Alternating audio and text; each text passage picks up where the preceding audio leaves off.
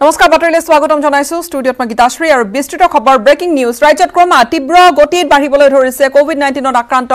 লোকৰ সংখ্যা ৰাজ্যত অন্তিমটা 4 দিনতে ওলাইছে 500 গৰাকী কোভিড-19 আক্ৰান্ত ৰোগী 31 মাৰ্চত ৰাজ্যত ওলাইছিল প্ৰথমজন কোভিড-19 আক্ৰান্ত ৰোগী আৰু প্ৰথম 100 পৰা 100 ঘৰ স্পৰ্শ কৰিবলৈ সময় লাগিছিল 18 দিন কিন্তু 17 মাৰ্চত 100 ঘৰ চুইছিল গৈ আৰু 100 কৰোনা আক্ৰান্তৰ সংখ্যা হৈছিল গৈ 25 মাৰ্চত তাৰ পিছতে 500 লৈ বৃদ্ধি হয় কৰোনা ভাইৰাছ আক্ৰান্তৰ সংখ্যা প্ৰথম 500 ঘৰ স্পৰ্শ কৰিবলৈ লাগিছিল 26টা দিন কিন্তু 500 পৰা মাত্ৰ 4টা দিনতে স্পৰ্শ কৰিলে হাজাৰৰ ঘৰ ৰাজ্যত ক্ৰমাৎ তীব্ৰ ৰূপত কৰোনা সংক্ৰমণৰ ঘটনা বাঢ়ি যাবলৈ ধৰিছে আৰু ইতিমধ্যে যদিও বা কোৱাৰেণ্টাইন কেম্পতে অধিকাংশ লোক পজিটিভ হিচাপে ধৰা পৰিছে ৰাজ্যত অন্তিমটা 4 দিনতে ওলাইছে 500ৰো অধিক কোভিড-19 আক্ৰান্ত লোক 31 মাৰ্চত ৰাজ্যত প্ৰথম গৰাকী কোভিড-19 আক্ৰান্ত ৰোগী তেওঁৰ দেহত ধৰা পৰিছিল প্ৰথম 100 ঘৰ স্পৰ্শ কৰিবলৈ সময় লাগিছিল 18 দিন কিন্তু 17 মাৰ্চত 100 ঘৰ চুইছিল গৈ কৰোনা আক্ৰান্তৰ সংখ্যা আৰু 25 মাৰ্চত তাৰ পিছতে 500 লৈ বৃদ্ধি হয় কোভিড-19ত আক্ৰান্তৰ সংখ্যা আৰু সেই প্ৰথম 500 ঘৰ স্পৰ্শ কৰিবলৈ লাগিছিল যেহেতু 26 দিন কিন্তু তাৰ বিপৰীতে মাত্ৰ 4 দিনতে 500 পৰা 1000 হৈছে গৈ কোভিড-19 আক্ৰান্তৰ সংখ্যা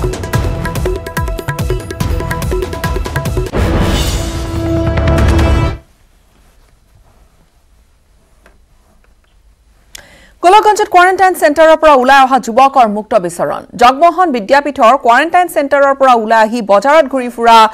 ঘূৰা ফুৰা কৰি আছে এজন যুৱকে সোশ্যাল মিডিয়াত এই দৃশ্য ভাইৰেল হৈ পৰাৰ পিছতে আতংকিত হৈ পৰিছে অঞ্চলবাসী অৱশ্যে পৰৱৰ্তী সময়ত আৰক্ষী প্ৰশাসনৰ লোকে যুৱকজনক পুনৰ কোৱাৰেণ্টাইন চেণ্টাৰলৈ লৈ যায় এজন যুৱক তেওঁক ৰখা হৈছিল কোৱাৰেণ্টাইন চেণ্টাৰ কিন্তু কোৱাৰেণ্টাইন চেণ্টাৰৰ পৰা ওলাই গ'ল এইজন যুৱক গোলকগঞ্জৰ ঘটনা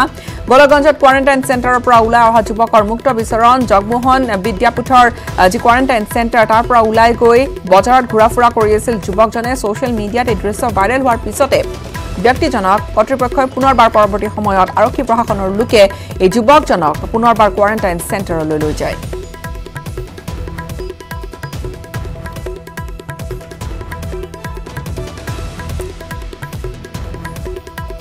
ৰাজ্যত কোভিড-19ত আক্ৰান্তৰ সংখ্যাই হাজাৰৰ ঘৰ ইতিমধ্যে অতিক্ৰম কৰিছে ৰাজ্যত এই মুহূৰ্তলৈকে 1057 জনলৈ বৃদ্ধি হৈছে কোভিড-19ত আক্ৰান্তৰ সংখ্যা আৰু শেহতীয়াকৈ 33 জনৰ দেহত ধৰা পৰিছে কোভিড-19 পজিটিভ গোলাঘাট বিশ্বনাথত 11 জনকৈ লোক কোভিড-19ত আক্ৰান্ত হৈছে উদালগুৰিত কৰোনা ভাইৰাছত আক্ৰান্ত হৈছে 9 জন লোক দৰঙৰ 2 জন লোক আক্ৰান্ত হৈছে কোভিড-19ত ইয়াৰে সৈতে হাজাৰৰ ঘৰ ইতিমধ্যে অতিক্ৰম কৰিছে কোভিড-19ৰ আক্ৰান্তৰ সংখ্যাই আৰোগ্য লাভ কৰিছে 125 গৰাকীয়ে তাৰ বিপৰীতে আমি জনাইছো যে শেহতীয়াকৈ আৰু 33টা নতুন পজিটিভ কেसेस পোহৰলৈ আহিছে কোভিড-19 পজিটিভ ৰোগীৰ আৰু নতুনকৈ 33 গৰাকীৰ সৈতে সামগ্ৰিক ৰূপে আক্ৰান্তৰ সংখ্যা এই মুহূৰ্তলৈকে হৈছে গৈ ৰাজ্যত 1057 গৰাকী আৰু বৰ্তমান 925 গৰাকী চিকিৎসাধীন হৈ আছে তাৰ বিপৰীতে 125 গৰাকীয়ে আৰোগ্য লাভ কৰিছে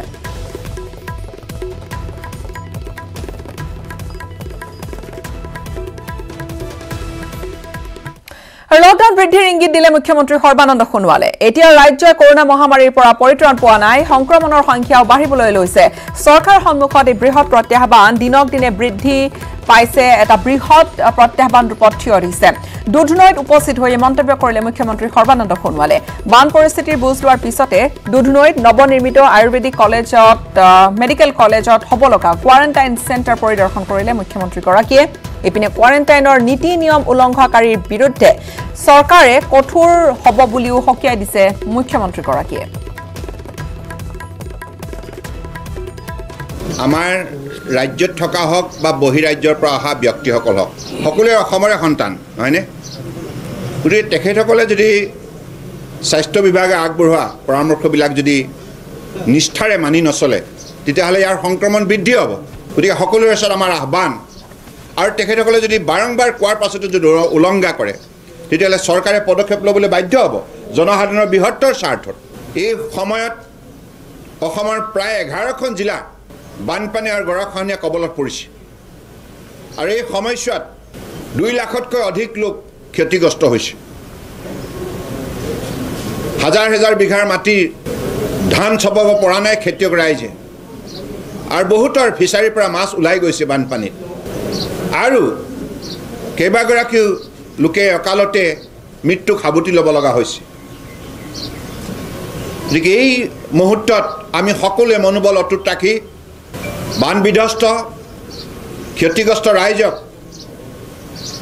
আমি আন্তৰিকতাৰে সেৱা আগবঢ়াবই লাগিব সেইবাবে অসম চৰকাৰৰ তৰফৰ পৰা জিলা প্ৰশাসনসমূহক নিৰ্দেশ দিয়া হৈছে যাতে য'তেই বানপানী হৈছে তাতেই ততাতৰীয়াকৈ জনসাধাৰণৰ সহযোগত যাতে সকলো ধৰণৰ ৰাইজক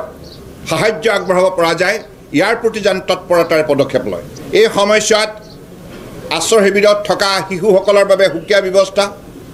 শিশু খাদ্য যোগান ধৰাৰ উপৰিও স্বাস্থ্য পৰীক্ষা কৰিব লাগিব গৰ্ভৱতী মহিলা আইসকলৰ বাবেও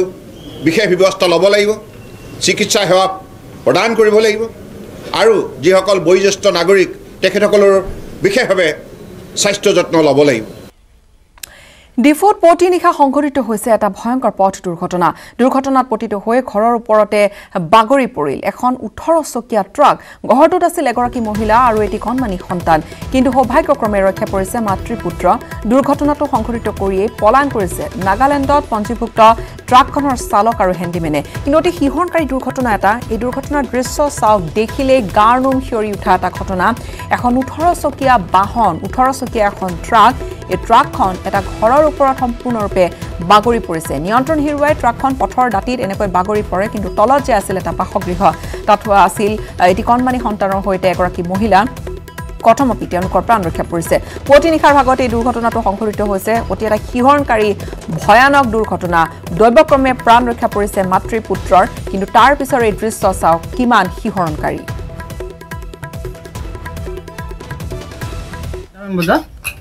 এনেকৈ এটা ডাঙৰ শব্দ হ'ল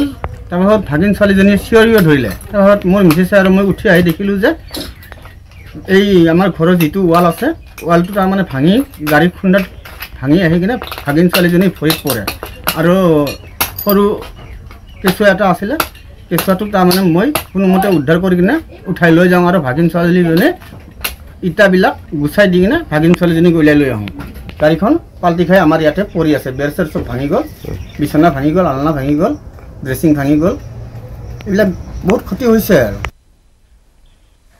পাণ্ডু নিউ কলনী কণ্টেইনমেণ্ট জোন হিচাপে ঘোষণা কৰা হৈছে গুৱাহাটীত নতুনকৈ পাণ্ডু নিউ কলনীত কৰোনা ভাইৰাছত আক্ৰান্ত হৈছে এজন যুৱকজন 28 বছৰীয়া কৰোনা আক্ৰান্ত বিক্ৰম সিংহ আৰু 3টা দিন পূৰ্বে আগৰতলাৰ পৰা উভতি আহিছিল যুৱকজন স্বাস্থ্য বিভাগৰ লোক আৰু আৰক্ষী উপস্থিত হৈ কণ্টেইনমেণ্ট জোন ইতিমধ্যে ঘোষণা কৰিছে অঞ্চলটো পাণ্ডু নিউ কলনীৰ খবৰ পাণ্ডু নিউ কলনীত কণ্টেইনমেণ্ট জোন ঘোষণা কৰা হৈছে গুৱাহাটী মহানগৰীত আৰু এটা কণ্টেইনমেণ্ট জোন পাণ্ডু নিউ কলনীত কৰোনা ভাইৰাছত আক্ৰান্ত হৈছে এজন যুৱক তেওঁ শেহতীয়াকৈ আগৰতলাৰ পৰা উভতি আহিছিল যুৱকজন 28 বছৰীয়া বিক্ৰম সিংহ আৰু 3টা দিন পূৰ্বে যেহেতু আগৰতলাৰ পৰা উভতি আহিছিল তাৰ পিছতে তেওঁৰ স্বাস্থ্য বিভাগৰ লোক আহি উপস্থিত হয় আৰু তেওঁ কৰোনা পজিটিভ হিচাপে ধৰা পৰাৰ পিছতে কোভিড-19 পজিটিভ হিচাপে ধৰা পৰাৰ পিছতে সেই অঞ্চলটো কণ্টেইনমেণ্ট জোন ঘোষণা কৰা হৈছে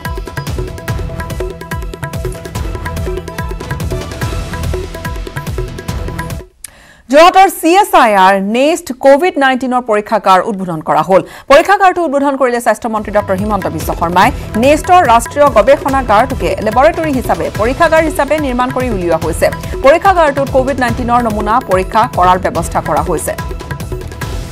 উদ্বোধন কৰা হৈছে আনুষ্ঠানিকভাৱে এই নতুন লেবৰেটৰীটো আৰু গৱেষণাগাৰটোকে বৰ্তমান লেবৰেটৰী পৰীক্ষাগাৰৰ ৰূপ দিয়া হৈছে যোৰহাটৰ CSIR নেক্সটৰ কোভিড-19 পৰীক্ষাগাৰটো উদ্বোধন কৰিলে স্বাস্থ্য মন্ত্ৰী ডক্টৰ হিমন্ত বিশ্ব শৰ্মাই নেক্সটৰ ৰাষ্ট্ৰীয় গৱেষণাগাৰটোকে এই ধৰণে লেবৰেটৰী হিচাপে নিৰ্মাণ কৰি উলিওৱা হৈছে যিহেতু পৰীক্ষাৰ ক্ষেত্ৰত হয়তো এতিয়া বিভিন্ন জনৰ পৰীক্ষা নিৰীক্ষাৰ বৃদ্ধি পাইছে কোভিড-19 পৰীক্ষাসমূহ নমুনা সংগ্ৰহৰ কামকাজ বৃদ্ধি পাইছে তেনে পৰিপ্ৰেক্ষিতত নতুনকৈ এই গৱেষণাগাৰটো পৰীক্ষাগাৰ কৰা হৈছে milestone and today is a historical day for all of us because for the first time outside the medical college stream we are opening a COVID testing laboratory in CSIR Northeast Institute of Science and Technology. This institute is basically for science and research, but still at the time of crisis faced by the nation, CSR has come forwarded and joining hands with Government of Assam to test COVID patients. In Assam, probably next 2 to 3 days, we will touch 1 lakh milestone. Our total testing will be cumulatively will reach the number 1 lakh in 2 or 3 days. But we want to do more and more tests so that we always in a position to separate COVID patients from the society. As of now, our strategy is working very nicely, and probably with the addition of this lab, our testing capacity will go up. I would like to offer my deep gratitude to the director and all the scientists and staff of Northeast Institute of Science and Technology for the cooperation they have extended to all of us, and definitely we will work together, and there are many other fields where we can work together, and definitely I am looking for a most intense and bigger partnership with this Institute of Excellence. সাংবাদিক বন্ধুসকল, আপোনালোকে জানে যে আজিৰ দিনত আমাৰ 6খন চিকিৎসা মহাবিদ্যালয়ত আমাৰ টেষ্টিং লেব আছে। তাৰ উপৰিও আমাৰ RMRC লাহুৱালেও অসম চৰকাৰক টেষ্টিঙৰ ক্ষেত্ৰত সহায় আগবঢ়ায়। এই 7টা অনুষ্ঠানৰ যোগেদি আমি ইতিমধ্যে প্ৰায় 85,000 টেষ্ট আজিলৈকে কৰিব সক্ষম হৈছোঁ, আৰু অনাগত 2-3 দিনত আমি 1 লাখৰ সংখ্যা চুবৰ বাবে গৈ আছোঁ। ইমান দিনে আমি মেডিকেল কলেজ আৰু ICMR সেটআপৰ ভিতৰতে আমাৰ টেষ্টিং হৈ আছিল। আজি প্ৰথমবাৰৰ বাবে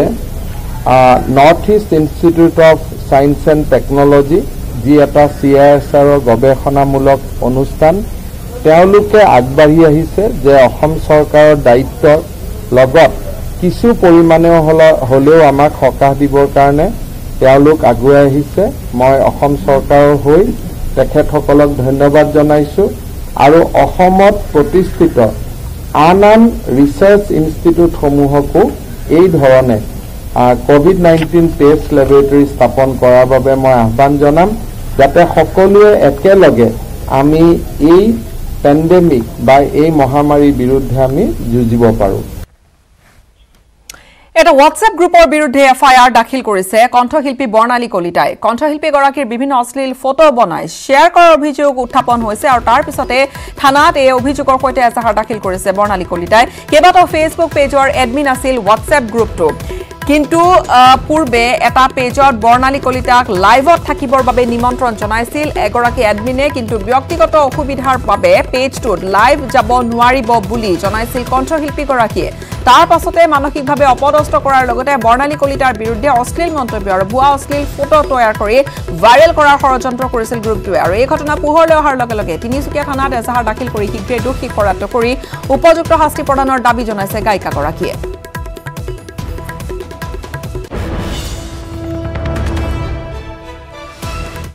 একচুৱেলি আজি এজাহাৰখন দিয়া হৈছে এটা গ্ৰুপ আছে, হোৱাটছএপ গ্ৰুপ,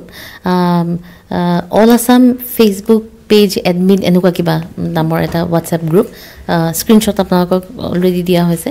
তো সেই গ্ৰুপটোত 164টা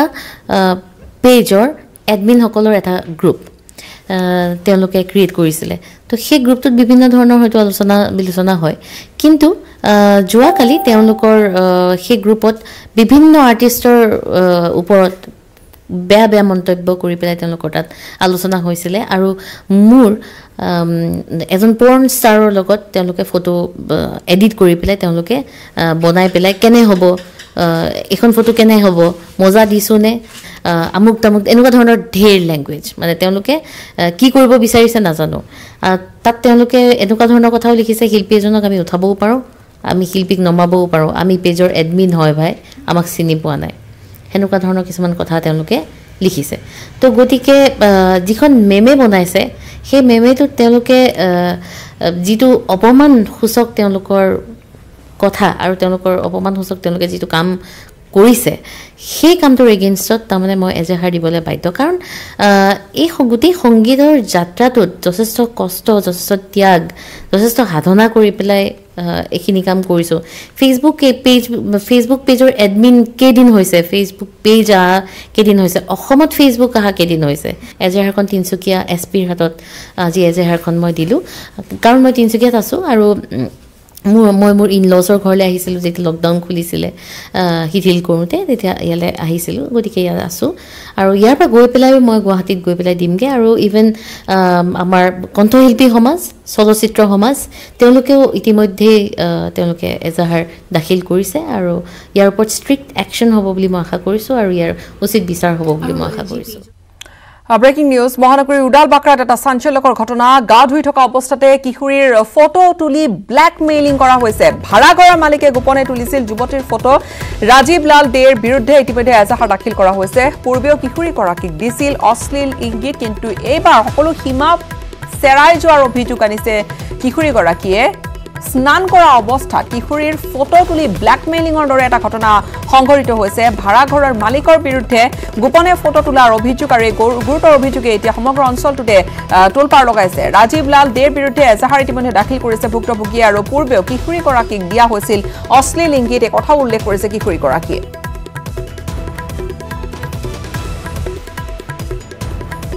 কালি তেওঁ যিটো কেছ মই দিছিলো সেইটো হিচাপত তেওঁ পুলিচে লৈ আহিব লাগিছিল কিন্তু তেওঁ নাই না মোবাইলটো এৰেষ্ট কৰিব লাগিছিল মোবাইলটো লৈ আহিছে ইমান ডাঙৰ ক্ৰাইম এটা হৈছে হয় ভাবু কি দেখাইছে নেকি আপুনি অকল মোবাইলটো লৈ আহিছে কিন্তু তেওঁ কিয় নানিলে কালি কিয় আহিব লগিয়া ইয়াতে এই মুহূৰ্তলৈকে মানে আপোনালোকৰ কেছৰ ভিত্তিত এৰেষ্ট কৰা নাই একো নাই মই মাত্ৰ জাষ্ট ৰখি আছো ইয়াতে একো নাই আইচি আহিব কথা পাতিব কেছ এফআইআৰ কৰিব 100 ডাইল কৰাৰ পিছত আজি মই কিয় ৰখি থাকিব লগিয়া মানে মানুহজন এতিয়া ঘূৰি ফুৰিছে নেকি ঘূৰি ফুৰিছে ফোনতে আছে আৰু উল্টাকে উকিলে তেওঁ উকিলেওতো আমাকে দম দিলে আপোনালোকৰ ফোনতে শুনা পাইছে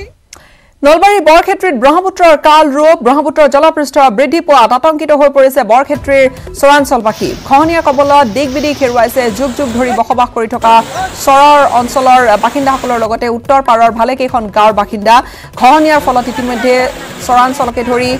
উত্তৰ পাৰৰ শ শ পৰিয়াল গৃহহীন হৈ পৰিছে ঘৰ বাৰী এৰি নিৰাপদ ঠাইলৈ পলায়ন কৰিবলগীয়া হৈছে বহু পৰিয়ালে ইতিমধ্যে জিলা উপায়ুক্তক ভাৰতভূষণ দেৱ চৌধুৰীক লাৰকুছিৰ খহনীয়া অঞ্চল পৰিদৰ্শন কৰি পৰিস্থিতিৰ বুজ লৈছে যদিও খহনীয়া ৰোধৰ ক্ষেত্ৰত কোনো ব্যৱস্থা গ্ৰহণ কৰিব তেওঁ সেই সন্দৰ্ভত দাবী উত্থাপন কৰিছে অঞ্চলবাসীয়ে নম্বৰ লাৰকুছি যেটো দেখি মথাৰিৰ কাষত যিকেইটা ঘৰ আছিলে আপোনাৰ কমসে কম 15-20টামান ঘৰ আছিলে এই ঘৰখিনিৰ মানে কি নদীৰ এই গৰাখহনীয়াই মানে প্ৰত্যেকটো মানে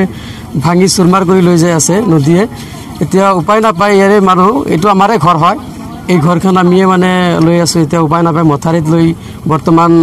ঠাইভাৱে ৰখি আছোঁ তাতে তাৰপিছত ক'ত নিম সেইটো মানে আমি এতিয়ালৈকে সিদ্ধান্ত ল'ব পৰা নাই আমাৰ এই ওচৰতে গাতে লাগি থকা মহাবাহু ব্ৰহ্মপুত্ৰ প্ৰবল গৰাখহনীয়া হৈ আছে কিন্তু আমি বিভাগীয় কৰ্তৃপক্ষক আমি জনাইছোঁ অভাৰ টেলিফোনত কিন্তু কোনো ৰেছপন্স দিয়া নাই গতিকে আৰু যিখিনি মানুহ আমাৰ 15টা-20টা ঘৰ আপোনাৰ ঘৰ বাৰী মানে ভাঙি আছে ৰাইজে সহায় সহযোগ কৰি আছে কিন্তু বিভাগীয় কৰ্তৃপক্ষৰ পৰা আমি কোনো সহায় পোৱা নাই যিখিনি মানুহ বেছিকেলি বিপিএল কেটেগৰীৰ আয়ৰ ঘৰ পাইছিলে এইখিনি মানুহৰ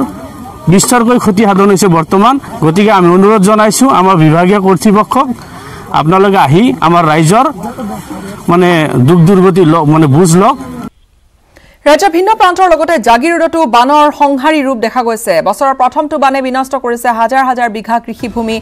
আৰু বৰধানৰ খেতিৰ বানত বুৰ যোৱাৰ লগে লগে হাহাকাৰ অৱস্থাৰ সৃষ্টি হৈছে কৃষকসকলৰ মাজত উপায়ন্তৰ হৈ কৃষকে একাঠু পানীৰ নামি কাটিবলগীয়া হৈছে ধান এই দৃশ্য দেখুৱাইছো জাগিৰোডৰ পৰা অজয় পালৰ এক প্ৰতিবেদন আগবঢ়াম সমগ্ৰ ৰাজ্যৰ লগতে মৰিগাঁও জিলাৰ এই জাগিৰোড সমষ্টিটো দেখা গৈছে বানৰ যি প্ৰকোপ আচলতে ব্ৰহ্মপুত্ৰ যি বাঢ়নী পানী সেই বাঢ়নী পানীয়ে বিভিন্ন অঞ্চল প্লাবিত কৰিছে আৰু মই বৰ্তমান উপস্থিত আছোঁ মায়ং ৰাজচক্ৰৰ অন্তৰ্গত কুসুমপুৰ গাঁৱত আৰু এই কুসুমপুৰ গাঁৱত দেখা গৈছে বিস্তীৰ্ণ যি অঞ্চল যি খেতি পথাৰ আছিলে সেই বড়ো ধানৰ খেতি আছিলে বড়ো ধানৰ খেতিৰ সময় এতিয়া পানীত বুৰ গৈছে আৰু কৃষকৰ যি অৱস্থা আচলতে এক তুথৈবচ অৱস্থা বুলি ক'ব লাগিব আৰু কৃষকৰ এই দুখে কোলাই পাচিয়ে নধৰা হৈছে যি কিয়নো নিজৰ গাঁঠিৰ ধন ভাঙি বা বিভিন্ন ঋণ লৈ তেওঁলোকে এই বড়ো ধানৰ ধানৰ খেতি কৰে আৰু এই বড়ো ধান চপোৱাৰ ঠিক আগ মুহূৰ্তত আচলতে এই বানৰ যি প্ৰকোপ বা বানৰ যি প্ৰভাৱ এই বানে বুৰ পেলাইছে আচলতে যি বড়ো ধানৰ বিস্তীৰ্ণ অঞ্চল এগৰাকী কৃষক আছে তেওঁ এই নাৱেৰে তেওঁ যি বড়ো ধান চপাবলৈ চেষ্টা কৰিছে আমি তেখেতৰ পৰা জানিব বিচাৰিম কিমান বিঘা খেতি আপোনাৰ বানত প্লাবিত হৈছে মোৰ বানত 30 বিঘা মাটি হেৰি হ'ল ক্ষতি হ'ল গতিকে ইয়াত আনিছোঁ আমি প্ৰায় 1.5 মোন ধান পানীয়ে একদম হেৰি কৰি দিছে এতিয়া বস্তা দি নিয়ে আছোঁ নৌকা দি এতিয়া পানী বাঢ়ি আছে নেকি পানী বাঢ়ি আছে কিমান অঞ্চল কিমানখন গাঁও আছে ইয়াত ইয়াত গাঁও হৈ আছে আপোনাৰ কাৱাৰাগী মোৰ খেতিয়ক কাৱাৰাগীতে কাৱাৰীৰ পৰা ইয়াত আনিছোঁ বুৰগাঁও আশীগড় এইবিলাক খেতি হেৰি হ'ল বেয়া হৈছে হয় নিশ্চয় এয়া আছিলে এগৰাকী কৃষক আচলতে যি মূৰৰ ঘাম মাটিত পেলাই তেওঁলোকে এই বড়ো ধানৰ খেতি কৰিছিলে আৰু অশেষ কষ্টৰে তেওঁলোকে এই ধান চপাবলৈ চেষ্টা কৰি আছিলে কিন্তু দেখা গৈছে যে ধান পকাৰ ঠিক সময়তে এই যি বাঢ়নী পানী ব্ৰহ্মপুত্ৰৰ যি বাঢ়নী পানী এই বাঢ়নী পানীয়ে সমগ্ৰ বিস্তীৰ্ণ যি অঞ্চল যি কৃষিভূমি আচলতে হাজাৰ হাজাৰ বিঘা যি বড়ো ধানৰ খেতি আছে খেতি এতিয়া পানীৰ তলত আৰু এইদৰে যিসমূহ লেচেৰি ধানৰ যিসমূহ মুঠি বান্ধি থোৱা আছিলে সেই মুঠিসমূহ এতিয়া দেখা গৈছে পানীৰ বুৰ গৈছে আন এগৰাকী কৃষক আছে আমি তেওঁৰ পৰা জানিব বিচাৰিম আপোনালোকৰ কেনেকুৱা পৰিৱেশ মোৰ পৰিৱেশ বেয়া কচু খেতি তল হৈছে ধান খেতি এতিয়া নাও নাই নিজৰ বেলেগ নাও যে আনিব লাগে এতিয়া লাচিবিলাক নিজে বাঢ়ি লৈ যাই আছে বিচাৰি আছোঁ কিছুমান এতিয়া নাও এটা পালেও মানে নিজে নাও নাই বিৰাট কষ্টতে আছোঁ 10-12 বিঘা মাটি পানীত তল গ'ল কচু খেতি তল গ'ল নিশ্চয় দেখা গৈছে এনেদৰে বিভিন্ন ধৰণৰ যি খেতি ধান খেতিৰ সমান্তৰালকৈ কচু খেতি বা যি মাকৈ খেতি আছিলে এই যি মায়াং অঞ্চলত সেই মায়াং অঞ্চলত দেখা গৈছে সমগ্ৰ যি কৃষিভূমি আচলতে ব্ৰহ্মপুত্ৰৰ যি বানপানী সেই বানপানীত বুৰ গৈছে আৰু ইতিমধ্যে আমি জানিব পাৰিছোঁ ফেনে ফুটুকাৰে দৈনিক বাঢ়ি আছে এই ব্ৰহ্মপুত্ৰৰ যি পানী আৰু ইফালে কৃত্ৰিম বানপানীৰ কবলত পৰিছে গহপুৰৰ টঙনা গাঁওবাসীও 4-লেনযুক্ত পথ নিৰ্মাণকাৰী সংস্থা ইচিআই কোম্পানীয়ে বিজ্ঞানসন্মতভাৱে পানী নিষ্কাশনৰ ব্যৱস্থা নকৰাৰ ফলতে সৃষ্টি হৈছে কৃত্ৰিম বানৰ কৃষিভূমি বাৰীত জমা হোৱা পানী বৰষুণৰ পানী বিশেষকৈ ওলাই যাবলৈ এতিয়া কোনো সুবিধা নাই যাৰ ফলত এইদৰে এতিয়া কৃত্ৰিম বানপানীৰ সৃষ্টি হৈছে বৃহত্তৰ অঞ্চলটোত আৰু এতিয়া টঙনা গাঁৱৰ অধিকাংশ পৰিয়ালে কৃষিভূমিৰ লগতে তেওঁলোকৰ শাক-পাচলি সকলোখিনি বাৰীৰ খেতি নষ্ট হৈছে ইফালে পথ নিৰ্মাণ সংস্থা ইচিআই কোম্পানীয়ে ৰাইজৰ দুৰৱস্থাৰ প্ৰতি কোনো গুৰুত্ব নিদিয়াৰো গুৰুতৰ অভিযোগ উত্থাপন হৈছে বৰষুণৰ কাৰণে পানী জমা হৈ আছে কাৰণ আগতে বৰষুণ দিয়ে পানীখিনি 4-লেন নাথাকোতে গুচি যায় এতিয়া 4-লেনটো বান্ধি দি পেলাই কালভাৰবিলাক বাম কৰিছে মিনিমাম পানীটো জমা হৈছে আৰু এতিয়া এইটো যিটো পানী আপুনি দেখি আছে এইটোতো কমিছে পানী আজিৰ পৰা দুদিনৰ আগত ইয়াত আৰু 1 ফুট পানী আছিলে মানে বাৰী ঘৰৰ পৰা পানী ইতিমধ্যে ওলাবলৈ আমাৰ আৰম্ভ কৰিছে আৰু বৰষুণ দিয়াৰ লগে লগে পানী বাঢ়ি আমাৰ ভিতৰ সোমায় ফিচাৰীবিলাক অলৰেডি আমাৰ মাছবিলাক চব লৈ গ'ল আমি SDO চিভিলক পৰহি জনোৱা হ'ল তেওঁলোকে ইমান গুৰুত্ব দিয়া নাই তাৰপিছত আমি ইচিআই কোম্পানীক ধৰিলোঁ তেওঁলোকে কিবা এটা ব্যৱস্থা কৰিম বুলি কৈছে কি কৰিম বুলি কৈছে আমাক ডেফিনেটলি একো কোৱা নাই এতিয়ালৈকে আমাৰ মিনিমাম 40 ঘৰ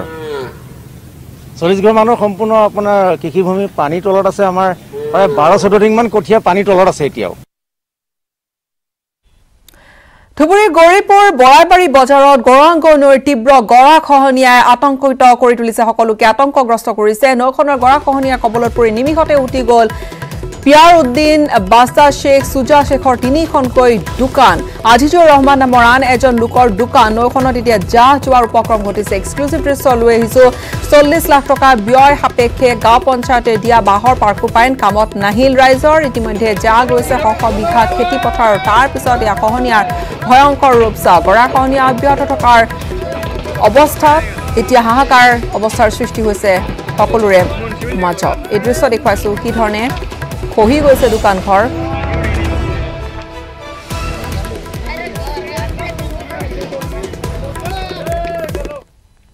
মিছামাৰীৰ খবৰ কৰোনা সংক্ৰমণ ৰোধ কৰিবলৈ মিছামাৰীৰ এজন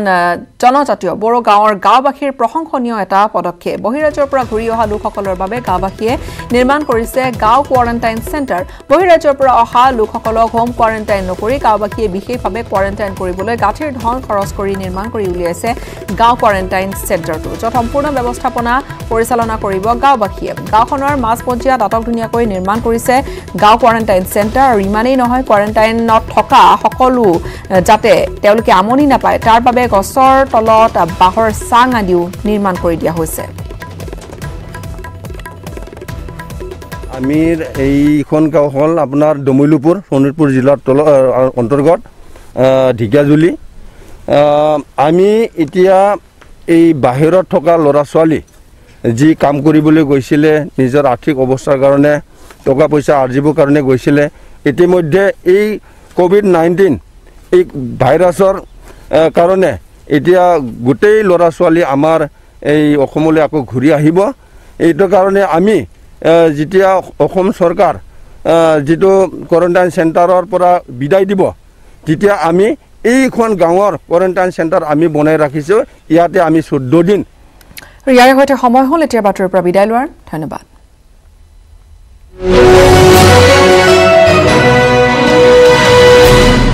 নিউজ হেডলাইন